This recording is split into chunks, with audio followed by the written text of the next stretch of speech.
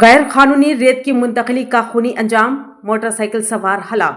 محترم ناظرین، زی today news میں آپ سبھی کا خیر مقدم ہے۔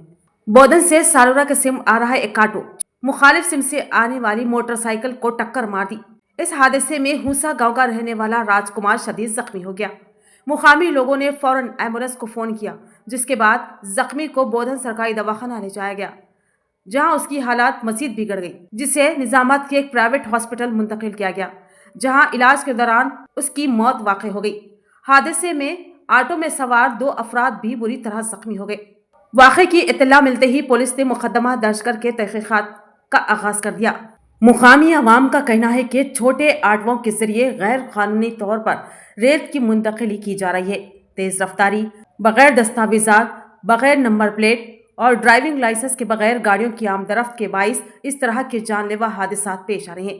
عوام نے ریونیو اور پولیس محکموں سے مطالبہ کیا ہے کہ غیر قانونی ریت کی منتقلی کے خلاف سخت سے سخت کارروائی کی جائے، تاکہ آئندہ ایسے حادثات رونما نہ ہو سکے۔